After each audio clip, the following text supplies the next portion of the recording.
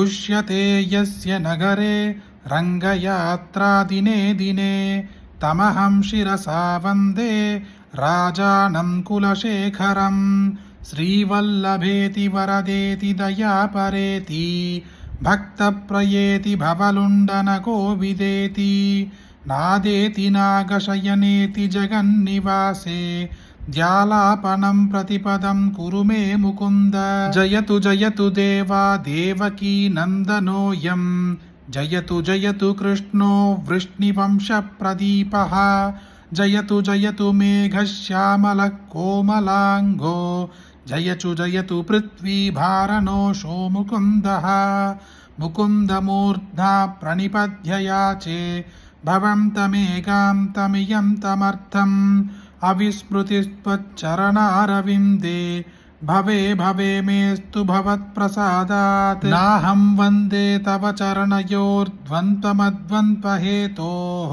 कुम्भीपाकं कुरुमभिहरे नारकं नाबनेतुं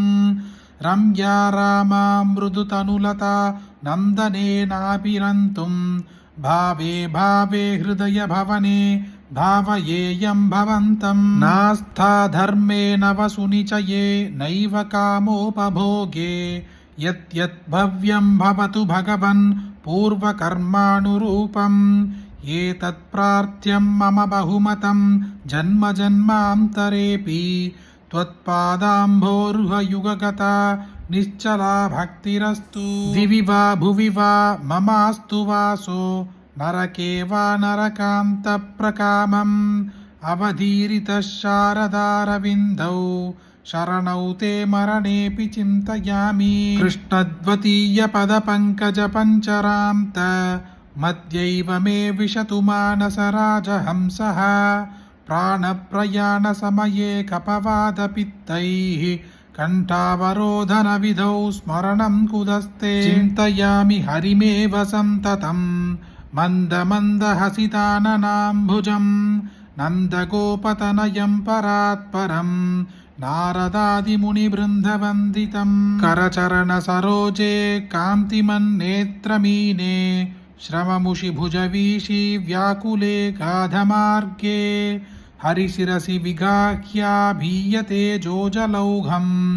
भवमरुपरिघिन्नक्येदमद्य त्यजामि सरसि जनयने शशङ्खचक्रे मुरभिदिमा विरमस्वचित्तरन्तुं सुखतरमपरं न जातु जाने हरिचरणस्मरणामृतेन तुल्यं यस्य प्रियौ श्रुतिधरौ कविलोकवीरौ मित्रे द्विजन्मपरपद्मशरावभूतां तेनाम्बुजाक्षशरणाम्बुजषट्पदेन